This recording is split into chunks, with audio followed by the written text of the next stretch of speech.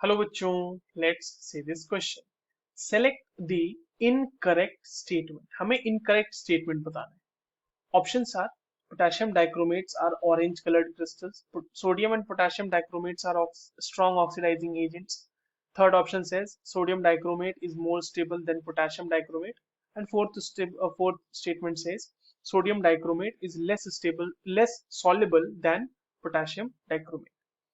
चलिए इस क्वेश्चन को सॉल्व करते हैं बच्चों। और सबसे पहले ये देखते हैं कि इस क्वेश्चन को सॉल्व करने के लिए कौन से की कॉन्सेप्ट की जरूरत है। देखो, की कॉन्सेप्ट की जब हम बात कर रहे हैं ना, तो ये सवाल बेसिकली हमसे पूछा गया है पोटेशियम डाइक्रोमेट के बारे में।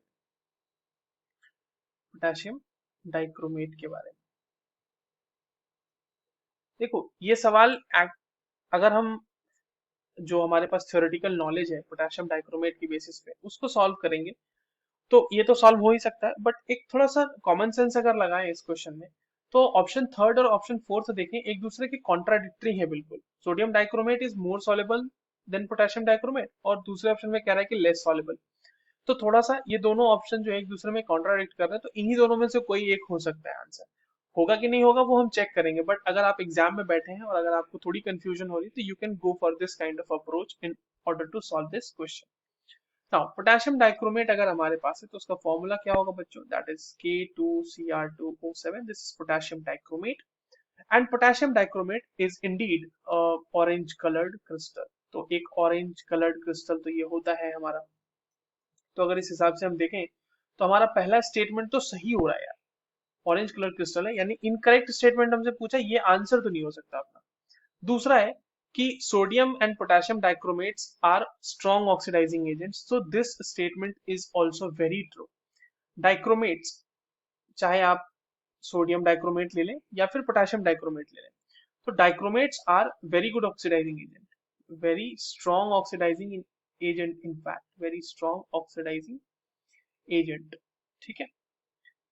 अब कैसे पता चलता है? तो इसके बहुत सारे रिएक्शंस हैं। देखिए, इनऑर्गेनिक रिएक्शंस भी हैं जहाँ पे ये एक ऑक्सीडाइजिंग एजेंट की तरह काम करता है। ऑर्गेनिक रिएक्शंस भी हैं बहुत सारे। तो जैसे मैं एक एग्जांपल दे देता हूँ आपको कि जैसे आयोडाइड को हम ऑक्सीडाइज कर सकते हैं आयोडीन में विद द हेल्प ऑफ डाइक्रोमेट्स। तो Cr2O7 2 minus plus 14H plus plus 6I minus giving 2Cr3 plus plus 7H2O plus 3I2।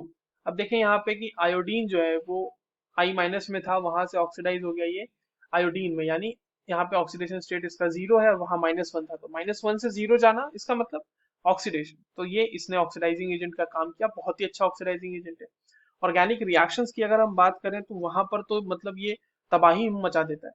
अगर आप कोई अल्कोहल ले लो इस तरह से 1 डिग्री अल्कोहल, तो उसको अगर हमने पोटेशियम डाइक्रोमेट के साथ ट्रीट कर दिया K2Cr2O7H प्लस के प्रेजेंस में, तो ये तो इसको डायरेक्टली कन्वर्ट कर देगा कार्बोक्सिलिक एसिड में। इसी तरह ये 2 डिग्री अल्कोहल्स को कीटोन्स में कन्वर्ट कर देता है, and it has a lot of applications as an oxidising agent.